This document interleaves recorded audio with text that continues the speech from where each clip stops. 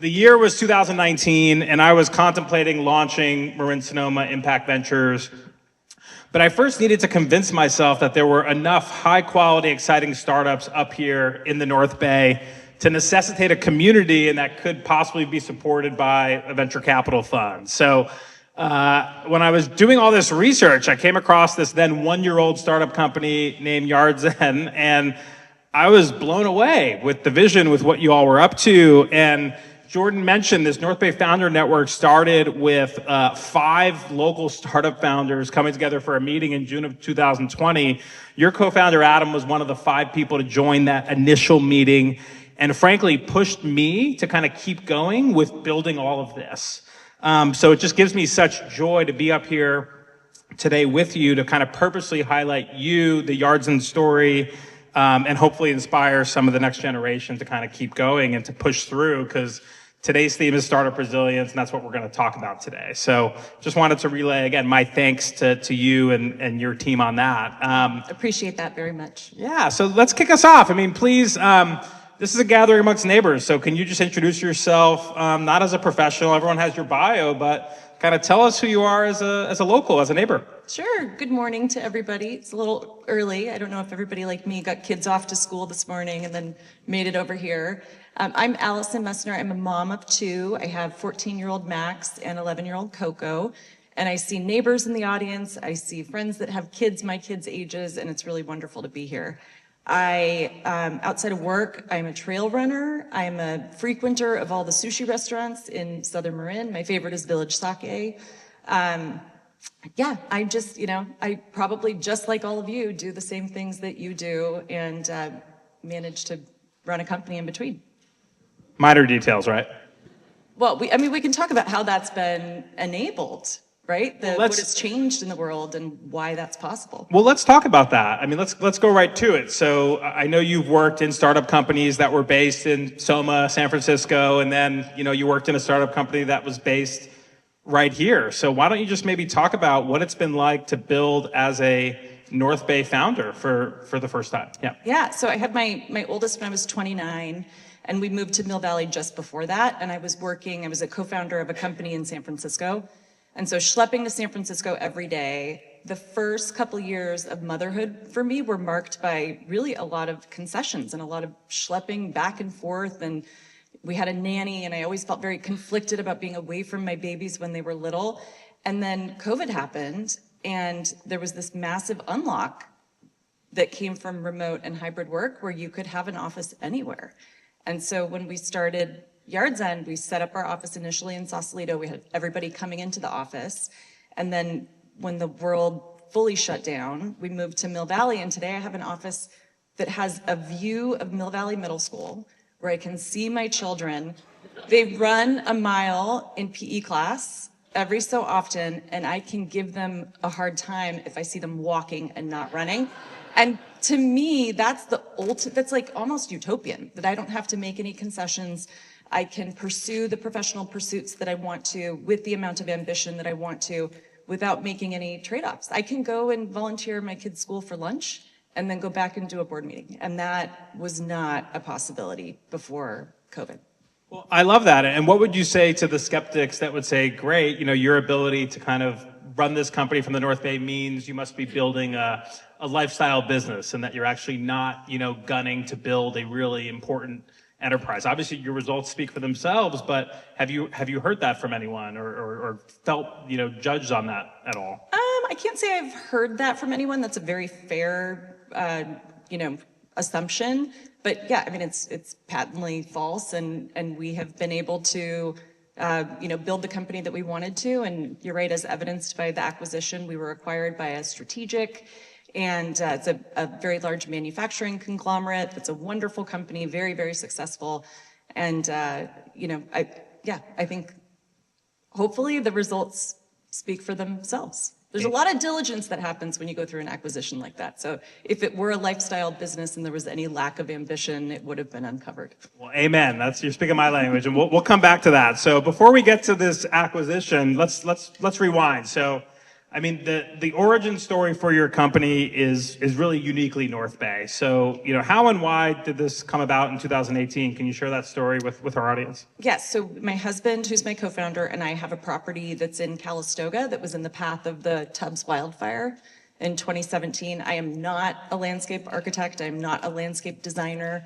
I am an avid outdoor liver, but I, knew nothing about hardscaping materials, the cost of outdoor renovation.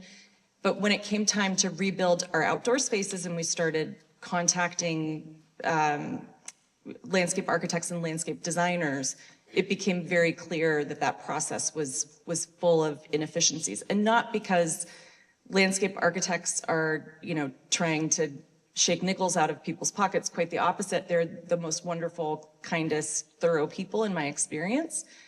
But technology had not been sort of infused into that process. And so we built, I kind of couldn't help it. I'm very predisposed to just kind of like solve the problem. If you have a problem, figure out how to solve it. And then it became very clear very quickly this could be a business. So tell us more about that. So you have this, vision kind of born out of your necessity with this terrible thing that happened to this property. So, how does Yardzen work? How are you changing the way landscapes are designed? Help folks in the audience understand who maybe aren't familiar with the product. Yeah, so if you imagine you're a homeowner and you're in Marin and you are not thrilled with your outdoor spaces and you want to spend more time living outside and hosting outside and playing with your kids outside, but you don't know where to start, you come to Yardzen, you buy a landscape design package, you take photos of your yard, you share some detail about the level of maintenance you want to commit to and your style and your goals. And then we pair you with a landscape architect all online, and you get a design that is mapped and measured and suited to your budget. So we tried to remove all of the inefficiency from this process that would otherwise take you months and potentially tens of thousands of your dollars just to get to a place where you have a plan and a path forward. I love that. So talk about the scale. As of the end of last year, talk about where are you in the country? Are there any stats you can share about how many landscapes you've helped to get redesigned? Yeah, we've designed more than 50,000 American yards. We are in all 50 states. We have partnerships with wonderful brands like Crate & Barrel and CB2 and Rejuvenation. And we really, top to bottom, help homeowners go from start to finish. We also partner with about 500 landscape contractors across the country.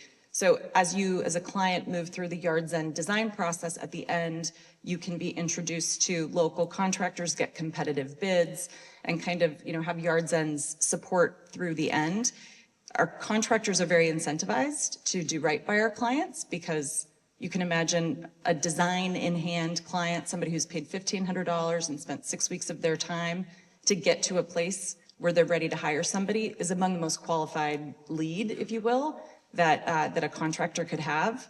So that network of vetted contractors, those seats are very coveted and everybody's incentives are aligned, and it ends up being a good outcome for most people. I love that. So you're doing this in all 50 states. So any stories to share about some of your earliest customers? And those happen to be Napa, Sonoma, Marin folks by any chance? Or did you start in this market? Yeah. Actually, can Isla raise her hand? So Isla is my neighbor in Mill Valley. When we first started, I posted on Nextdoor. I'm sure many of you can relate to this idea of just put one foot in front of the other. It doesn't have to be perfect. Give it a name, breathe life into it, set up a Squarespace website, and post on Nextdoor, because this is a wonderful community to vet a startup. So I posted on Nextdoor, and I think I said something like, I'm launching a startup and we have a beta. It wasn't a formal beta, but we just needed people to give us a shot.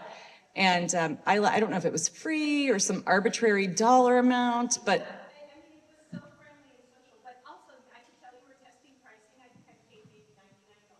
yeah. Well worth it. That's $99. Isla's home and yard are beautiful. She's been renovating it for some time. But yeah, it was not pretty and it was not perfect, but it got us to a place where we had users and they were in our communities. You can't hide from your neighbors, and you certainly can't avoid seeing their yards. And So it was a nice way to get started. I love that. So I want to kind of come back to this acquisition, and it's not so simple as you got started with one yard in Mill Valley and got to an acquisition. But I do want to dig in here just because we do spend a lot of time with as a community talking about startup companies that are kind of on the way up, and then we don't spend as much time demystifying that acquisition process. Kind of what is it actually like to kind of go through an acquisition? Because so many founders ultimately dream of getting to that point. So I just love for you to maybe share the story. How did this come about for you? Maybe just kind of kicking off there, and I can kind of dig in more. Yeah, so I can't say enough wonderful things about Oldcastle APG, the company that acquired Yardzen. I got to know the CEO and the CRO through a partnership that hi Steve, another one of my neighbors and friends, through a partnership that we inked pretty early on. So you can imagine a landscape design is full of many products that are specified, and homeowners often have no idea where to start. They don't know the difference between one paver and another. Oldcastle APG makes basically all of the products that go in a backyard. And so we connected on LinkedIn years ago and introduced our concept, got to know their business, and it was a partnership that was really nurtured over a couple years. Spent lots of time with them. Their US headquarters is in Atlanta, so flew to Atlanta to meet them. They invited me to trade shows, and really, I think it became a relationship that was kind of built on trust. It took a long time. In a strategic acquisition like this, it doesn't end when the acquisition happens, right? There's certainly a period, and we're in it right now, where you integrate. And so that personal relationship has to exist and the trust has to be there. So you can't rush it. You have to, so you said years long relationship. It started with doing business together before it, even, how deep into that relationship did the first kind of conversation, touching base on a potential acquisition happen? I mean, was that years in, or from the start were you kind of saying, yeah, we could see a situation years from now, or maybe walk us through that piece of it? It was a couple years in. Yeah, it certainly wasn't something that was rushed. So let's just say you're a local startup founder and you've done that. You've put in that hard work. You have a multi-year relationship, and there is, whether it's, let's just call it a soft interest on the table.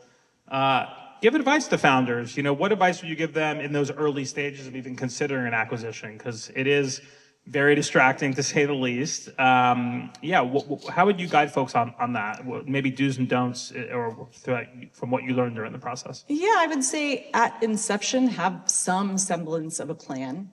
Something that seems plausible, have a rough idea of at least the category of companies that might find value in your business if you're building it strategically. And then trust your gut about timing. Don't rush it. Trust your gut.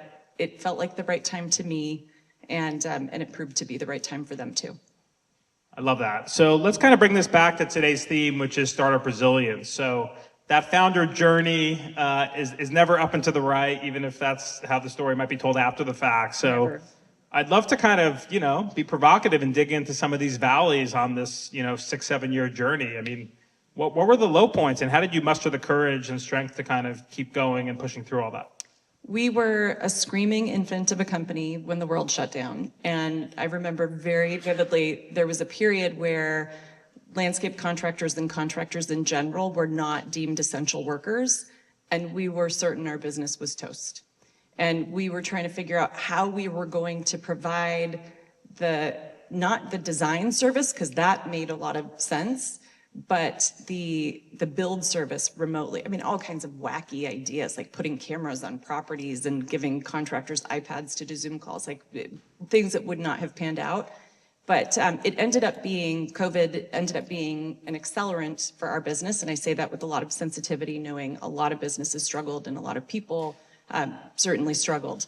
But there was a period where it was very scary. And of course, our business is closely tied to the real estate market. You can imagine, with interest rates and people wanting to invest in their homes. And so, we're always trying to make sense of the data and try to correlate it to the patterns that we see in our business. But yeah, you're absolutely right. It's never up and to the right, no matter what anybody tells you. There are always valleys. Any mechanism that you found works for you if you've had a month and it's just all bad news, right? The partnership that you knew would make your business go south, and you missed your quarter by not by a little, by a lot. Yeah. I mean, again, the key is one step in front of the other, keep going. But anything that works specifically for you that you might want to share? I mean, the only way out is through. Businesses fail because people stop trying. You just have to stay optimistic and put your best face in front of your team. That's really critically important, because if you come across like you are pessimistic, your team is going to feel that. So, lead with heart and be a problem solver and just keep going. I love that. So in so many ways, I find these kind of Yardzen powered landscape remodels to be like the most Instagrammable thing ever. I mean, the before and after photos of these are just breathtaking. So, I mean, consumer tech is really, really hard. So I'd love to hear more about your strategy and kind of breaking through that on the consumer side. Yeah, how were you so effective there? Great question. I mean, we still have a lot of work to do. Obviously, we, still small comparatively, but our product is content. And so from day one, we have treated really every design that we create like content. So Instagram has been a very effective platform for us because we essentially have an endless supply of content. Every single design that we deliver has 30 different angles and views. We deliver designs in photorealistic renders, so they're really beautiful. To Zach's point, imagine seeing your yard in the best possible circumstances with the best lighting, plants at maturity, all of the things. And so that's been a strategy for us. And I found one of the smartest things I did in this process of building Yardzen was find a woman who is still with Yardzen 6 years in. She was running social media for Sunset Magazine, and I knew nothing about, I mean, my Instagram is not, my personal Instagram, I think I have 200 followers on Instagram, and it's set to private. But I knew this was going to be a really important channel for us, so I figured out who was running Sunset Magazine's Instagram profile, recruited her, and she has built our Instagram presence, and it's been very powerful for us. So paid or organic or content? Might talk about is it both? Or they work together. They work, so it's both. It's been both for you. Yeah, it's really hard to have one without the other. But yeah, Meta is our primary channel. I love that. So let's kind of bring this back out more broadly to entrepreneurship. So there's a lot of people in the audience. Many of them are local entrepreneurs, but a different group in the audience. There's a lot of people that have worked at kind of large, mature companies who maybe always thought about taking the plunge into entrepreneurship, and maybe they're 3 years in or 15 years into working at a company. How would you, what advice would you give to them? Is the water warm, or would you actually caution them and say, hey, like this isn't for the faint of heart? What's your philosophy on who is maybe cut out to build a company from scratch and who might not be? What advice would you give folks? It's such a great question. I think it's so deeply personal. And I think this is another trust your gut situation. If you are up for it, I think you're up for it, and you have the fire in you, and you kind of can't not do it. And if it's really, really scary and you're really risk averse, maybe best to be a number two, or to join a team that's already got some traction. But I would never make that judgment about anybody else. I think it's just a deeply personal decision. It's not for the faint of heart. We all know that. And when did you know that you were cut out for it, or did you not know until you took that plunge? When I was 7. Okay, so for you it was a very obvious thing that you always thought this was. Yes. This was a path you wanted to go down. Yes. I haven't had a boss since I was 22. This is my path. So let's talk more about these previous founding jerseys. So you were on the founding team at OpenDNS, a cloud security startup company that ultimately sold to Cisco for a small $635 million. Later you worked as at a venture fund that you helped found, but I mean, what are some kind of key takeaways from those other kind of early stage founding type experiences that you brought with you to how you've been leading at Yardzen? It's all about the people. I was so fortunate. I was the only non-technical person on the co-founding team at OpenDNS, and so I had the great privilege to do business development and marketing and customer service and sales and everything that wasn't technical. And I was supported by some of the most elite, brilliant engineers that I have ever worked with. And that was an absolutely phenomenal experience. And I've had experiences where I've tried to start something with the wrong people, right? It goes both ways. But what is very, very obvious to me at this point in my career, looking back, is the people are the common denominator in a successful outcome. So how has that kind of helped inform how you recruit at Yardzen, both in the early days and now at this more mature stage? I mean, what do you look for in terms of the profile of who's the right person to fit in culturally with you guys? We're very, very thorough in recruiting. I've learned some things over the years that are very good and helpful. I always do personal references, not just professional references. I want to talk to your childhood friends. I want to talk to your brother if you're open to letting me talk to a sibling to really get to know people. A bad hire is really costly. And this is, I'm not talking about the people that you found a company with, but even the people that you build a company with, right? It can be very, very taxing for the entire organization and very expensive, very time consuming. So the more you can feel confident you're getting it right at the beginning, the better off you'll be. I love that. So let's bring this back to kind of where we started, which was focusing on community. So, I mean, what do you see as the future of this growing Marin Sonoma startup community? I mean, you mentioned kind of COVID being a bit of a demarcation point where remote and hybrid work kind of making the reason not to build here kind of not there anymore, right? No one has to go put their company in San Francisco anymore or feel like they have to. But yeah, I mean, having just been through this experience, founding, growing a local company, talk to me about your vision for the future of this community. What's the potential that we all could aim for here? I mean, I think the sky's the limit. We're in an era where you can very reasonably ask people to come into the office 2 days a week. If they live in the East Bay or even on the peninsula, driving to Marin 2 days a week is doable, right? And so if you're taking on the challenge of starting a business and you know you're going to be probably working harder than everybody else, it feels very reasonable to me to set up an office in a place that's close to home so you don't have to make those concessions that I was talking about. I think it's a wildly exciting time to be starting a company. There's so much happening. I don't know, raise your hand if you're starting a company that has AI at the core. Many. I mean, it's how exciting is it? There's so much opportunity and potential.